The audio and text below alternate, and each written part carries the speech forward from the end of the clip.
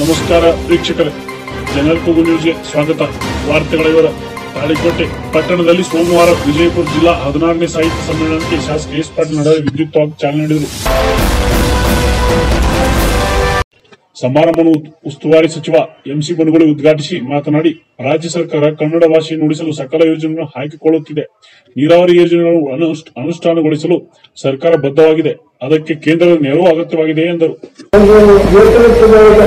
ಇಲ್ಲಿ ಬರ್ತಕ್ಕಂಥ ಸರ್ಕಾರಿ ಪ್ರತಿಯೊಂದು ಯೋಜನೆಗಳು ಎಲ್ಲ ರೀತಿಯಿಂದ ಅಭಿವೃದ್ಧಿ ಹೊಂದಬೇಕು ಸಾರ್ವಜನಿಕವಾಗಿ ಅನ್ನುವಂಥ ಮಾತನ್ನು ಇದಕ್ಕೆ ನಾನು ಜಿಲ್ಲಾ ಉಸ್ತುವಾರಿ ಸಚಿವರಾಗಿ ನಾನು ಯಾವ ರೀತಿಯಲ್ಲಿ ತಾಲೂಕು ಹಾಗೆ ಕೆಲಸ ಪ್ರಾರಂಭ ಮಾಡಲಿಕ್ಕೆ ಬೇರೆ ಬೇಡಿಕೆದ ಅದೆಲ್ಲ ಕೆಲಸಗಳನ್ನು ನಾನು ಕೂಡ ಜಿಲ್ಲಾ ಉಸ್ತುವಾರಿ ಸಚಿವರಾಗಿ ಭಾಗಿಯಾಗಿ ಕೆಲಸ ಮಾಡ್ತೀವಿ ಅನ್ನುವಂಥ ಮಾತನ್ನು ಅವರು ಇವತ್ತು ಕೇಂದ್ರ ಸರ್ಕಾರದಲ್ಲಿ ಇರ್ತಕ್ಕಂಥ ನೀರಿನ ಇರ್ತಕ್ಕಂಥ ಯೋಜನೆಗಳನ್ನು ಗ್ರಾಮೀಣ ಪ್ರದೇಶ ತಾಲೂಕು ಮತ್ತು ಜಿಲ್ಲಾ ಮತ್ತು ರಾಜ್ಯ ಮಟ್ಟಕ್ಕೆ ಅವರು ಕೂಡ ನೀರಿನ ಸಾಲಕ್ಕೆ ಅನುಸರಿಸಬೇಕು ಅನ್ನುವಂಥ ಮಾತನ್ನು ಹೇಳಿ ನಾನು ಕಲಿಸಿ ಈ ಸಮಾರಂಭ ಪಾಲ್ಗೊಂಡಿದ್ದ ಕೇಂದ್ರ ಸಚಿವ ರಮೇಶ್ ಜಿಗಜಿಣಗಿ ಮಾತನಾಡಿ, ಕನ್ನಡ ನಾಡು ನುಡಿಗೆ ಕೇಂದ್ರ ಸರ್ಕಾರದ ಹೆಚ್ಚಿನ ನೆರವು ನೀಡಲಾಗುತ್ತಿದೆ. ಕನ್ನಡಕ್ಕೆ ಶಾಸ್ತ್ರೀಯ ಸ್ಥಾನಮಾನ ನೀಡಿದ್ದು, ಬೆಂಗಳೂರಿನ ಮೆಟ್ರೋದಲ್ಲಿ ಕನ್ನಡ ಭಾಷೆ ಬಳಕೆ, ರೈಲ್ವೆ ನೇಮಕಾತಿ ಪರೀಕ್ಷೆಯನ್ನು ಕನ್ನಡದಲ್ಲಿ ನಡೆಸಿರುವುದು ಕನ್ನಡ ಭಾಷೆಗೆ ಕೇಂದ್ರದಿಂದ ದೊರೆತಿರುವ ಬೆಂಬಲ ಎಂದರು. ಕನ್ನಡದ ವಿಶ್ವವಿದ್ಯಾಲಯಗಳಲ್ಲಿ ಕನ್ನಡ ಭಾಷೆ ಮತ್ತು ಸಂಸ್ಕೃತಿಯ ಕುರಿತು ಸಂಶೋಧನೆಗಳು ಹಾಗೂ ಅಧ್ಯಯನಗಳು ನಡೆಯುತ್ತಿವೆ. ಯಾವುದೇ ಒಂದು ದೇಶ ಅಥವಾ ಶ್ರೀಮಂತಿಕೆಯನ್ನು ಅಳೆಯುವುದು ಆ ನಾಡಿನ ಸಂಸ್ಕೃತಿ ಮತ್ತು ಪರಂಪರೆ, ಅಂದಿನ ಜೀವನದ ವಿಧಾನ ಮತ್ತು ಆ ಜನರನ್ನು ಅನುಸರಿಸುವ ಮೌಲ್ಯ ಆದರ್ಶಗಳ ಆಧಾರದಲ್ಲಿ ಅಂತ ಶ್ರೀಮಂತ ಇತಿಹಾಸ ಮತ್ತು ಪರಂಪರೆಯನ್ನು ಕರ್ನಾಟಕ ರಾಜ್ಯ ಹೊಂದಿದೆ. ಕನ್ನಡ ಕಲೆ, ಸಾಹಿತ್ಯ ಮತ್ತು ಸಂಸ್ಕೃತಿ ಎಲ್ಲವೂ ವಿಶಿಷ್ಟ ಮತ್ತು ಅನನ್ಯ. ಕರ್ನಾಟಕ ರಾಜ್ಯ ಅಮೂಲ್ಯ ಮತ್ತು ಸಮೃದ್ಧ ಜ್ಞಾನಪದ ಸಂಪತ್ತಿನ ಆಗರವಾಗಿದೆ. ಈ ಜ್ಞಾನದ ಅನನ್ಯತೆಯನ್ನು ಶೋಧಿಸುವ, ಸಂರಕ್ಷಿಸುವ ಹಾಗೂ ಸಮರ್ಥನೆಯ ಕಾರ್ಯವನ್ನು ನಿರ್ವಹಿಸುವ ಕಾರ್ಯವನ್ನು ನಾವೆಲ್ಲರೂ ಮಾಡಬೇಕಾಗಿದೆ. ದೇಶದಲ್ಲಿ ಏಕತೆಯ ಸಂಕೇತವಾಗಿರುವ ನಮ್ಮ ಕರ್ನಾಟಕ ಸಾಹಿತ್ಯ, ಕಲೆ, ಸಂಗೀತ, ಜಾನಪದ ಸಂಸ್ಕೃತಿ ಅತ್ಯಂತ ಶ್ರೀಮಂತವಾಗಿದೆ. ಇದನ್ನು ಸಮ್ಮೇಳನ ಸರ್ವಾಧ್ಯಕ್ಷ ಪ್ರೊಫೆಸರ್ ಬಿಆರ್ ಪೊಲೀಸ್ ಪಾಟೀಲ್ ಮಾತನಾಡಿ, ಇಂದು ಆಧುನಿಕತೆ ಸೋಗಿನಲ್ಲಿ ನಾವು ನಮ್ಮ ತಂದೆ ತಾಯಿಯರನ್ನು ವೃದ್ಧಾಶ್ರಮಕ್ಕೆ ಅಟ್ಟುತ್ತಿದ್ದೇವೆ. ಖಾಸಗಿತನ ಸಮಾಜದ ಬೀದಿಗೆ ಬಿದ್ದಿದೆ. ಜಾನಪದ ಸಂಸ್ಕೃತಿ ಉಳಿವಿಗೆ ಸರ್ವರು ಶ್ರಮಿಸಬೇಕಿದೆ ಎಂದರು. ಎಷ್ಟು ಮಂದಿ ಮನೆಯಾಗಿ ಇವತ್ತು ಆಕಳದಾವ, ಎಮ್ಮೆದಾವ, ಎತ್ತದಾವ ಹೇಳಿ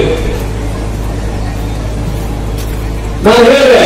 the first principle of education is ethics ಅಂತ ಹೇಳಿದ್ನಲ್ಲ, ಹಾಗೇನೆ the last principle of education is nature friendliness, ಪ್ರಕೃತಿ ಪ್ರೇಮ. ಆ ಪ್ರಕೃತಿ ಪ್ರೇಮವನ್ನ ನಾವು ಬೆಳೆಸಿಕೊಳ್ಳಲು ಹೊರತು ನಮ್ಮ ಮಕ್ಕಳು ಹೇಗೆ ಬೆಳೆಸ್ಕೊಳ್ತಾರೆ, ಇದು ನಮ್ಮನ್ನು ಕಾಡ್ತಾ ಇರುವಂತಹ ಬಹಳ ದೊಡ್ಡ ಸಮಸ್ಯೆ ಅನ್ನೋದನ್ನ ಈ ಸಂದರ್ಭದಲ್ಲಿ ನಾನು ಗಮನಕ್ಕೆ ತರಲಿಕ್ಕೆ ಇಷ್ಟಪಡ್ತೇನೆ. ಬೆಂಗಳೂರಿನ ಒಂದು ನನ್ನ ಗೆಳೆಯರ ಮನೆಯಲ್ಲಿ ನಾನು ಕುಳಿತುಕೊಂಡು ಮಾತಾಡುವಾಗ ನ್ಯೂಯಾರ್ಕ್ನಿಂದ ಒಂದು ಫೋನ್ ಬಂತ. ಅವರಿಗೆ ಯಾವ ಕಾರಣಕ್ಕೂ ಗೊತ್ತಿಲ್ಲ, ಅವರು ಮಾತಾಡುವಾಗ ಸ್ಪೀಕರ್ ಆನ್ ಮಾಡಿ ಮಾತಾಡೋದು. ಆ ಕಡೆಯಿಂದ ಆ ಹುಡುಗ ಕೇಳ, ಅಂಕಲ್ ಹೆಂಗಿದ್ರೆ ನೀವು ಆರಾಮಿಲ್ಲ ಅಂತ ಕೇಳಿದ್ರು. ಆರಾಮದೀನಿ ಇವ್ರು ಹೇಳಿದ್ರು. ನೀನ್ ಹೆಂಗಿದೀಯಪ್ಪ ಅಂದ್ರೆ ನಾವು ಬಹಳ ಆರಾಮದೀನಿ. ನಾವು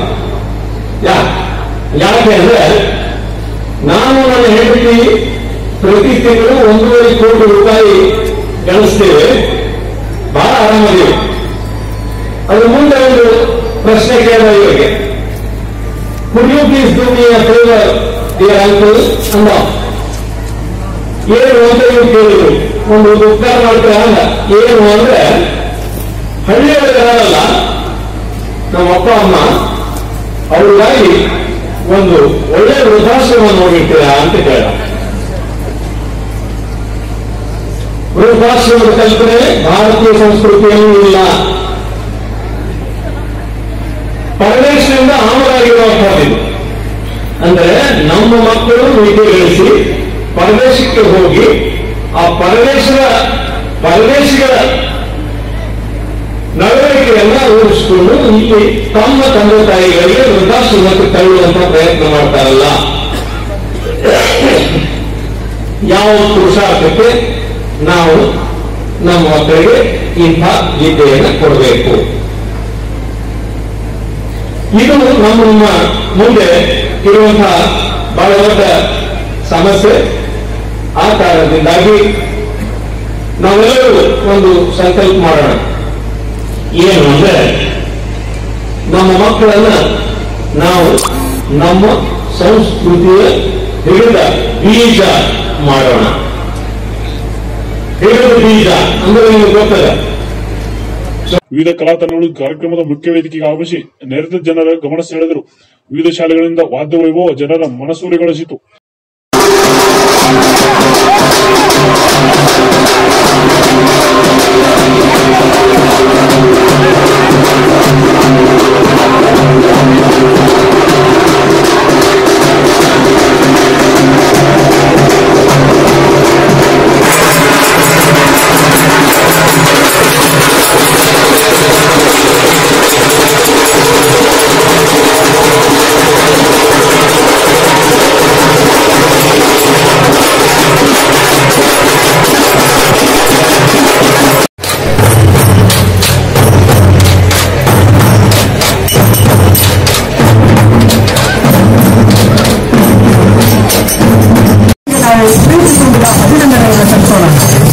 ನಮ್ಮದು ಕಾನ್ಸ್ಟಿಟ್ಯೂಷನ್ ಕಾಲೇಜಿನಲ್ಲಿ ಓದಿ ಎನ್ಎಸ್ಎಸ್ ಶಿಬಿರದ ಮೂಲಕವಾಗಿ ನಡೆದ ಪ್ರತಿಭೆಗಳು ಸ್ವಾಮಿ ಮತ್ತು ಗೋವಿಂದ್ ತಂಡವರು ರಾಷ್ಟ್ರಪತಿ ಪರೇಡ್ನಲ್ಲಿ ಕೂಡ ಅವರು ಕಾನ್ಫರೆನ್ಸ್ ಹೊಂದಿದ್ದಾರೆ.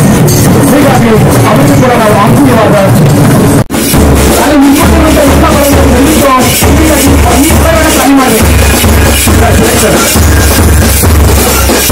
ಸಮಯವನ್ನು ತಾವು ನಮಗೆ ಖಾಲಿ ಮಾಡಬೇಕು ಅಂತ ಮಾಡ್ಕೊಳ್ತಾ ಇದ್ದೇವೆ.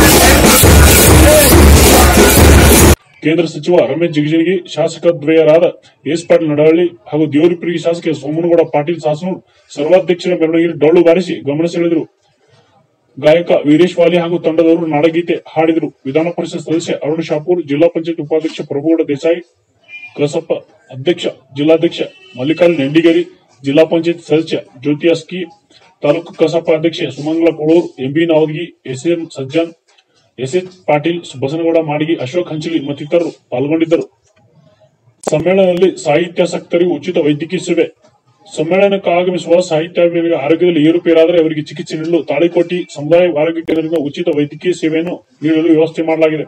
ಸಮುದಾಯ ಆರೋಗ್ಯ ಕೇಂದ್ರ ಡಾಕ್ಟರ್ ಪ್ರಕಾಶ್ ಹುಕ್ಕೇರಿ ಮಾರ್ಗದರ್ಶನದಲ್ಲಿ ಮೇಳಿಗೆಯಲ್ಲಿ ಆರೋಗ್ಯ ಇಲಾಖೆ ಫಾರ್ಮಸಿಸ್ಟ್ ಬಿಬಿ ದೇಸಾಯಿ, ಸ್ಟಾಫ್ ನರ್ಸ್ಗಳಾದ ಮಹಾದೇವಿ ಟಕ್ಕಳಕಿ, ಪ್ರಶಾಂತ್ ಜೋಳಾರ್, ಸಿದ್ದಮ್ಮ ಬ್ಯಾಲ್ಯಾಳ್, ವಿಜಯಲಕ್ಷ್ಮಿ ಬೋಳವಾಡ್, ಕಾಂಚನ ಪಾಟೀಲ್ ಸಾಹಿತ್ಯ ಸಮ್ಮೇಳನಕ್ಕೆ ಆಗಮಿಸುತ್ತಿರುವ ಸಾಹಿತ್ಯಾಸಕ್ತರ ಆರೋಗ್ಯ ತಪಾಸಣೆ ನಡೆಸುವ ಕಾರ್ಯ ಮಾಡಿದರು. ಇನ್ನಷ್ಟು ಸುದ್ದಿಗಾಗಿ ನೋಡ್ತಾ ಇರಿ ಜನರ ಕೂಗು ಯೂಟ್ಯೂಬ್ ಚಾನಲ್. ಇದು ನಿಮ್ಮದೇ ಧ್ವನಿ. ಸಬ್ಸ್ಕ್ರೈಬ್ ಮಾಡಲು ಮರೆಯಬೇಡಿ.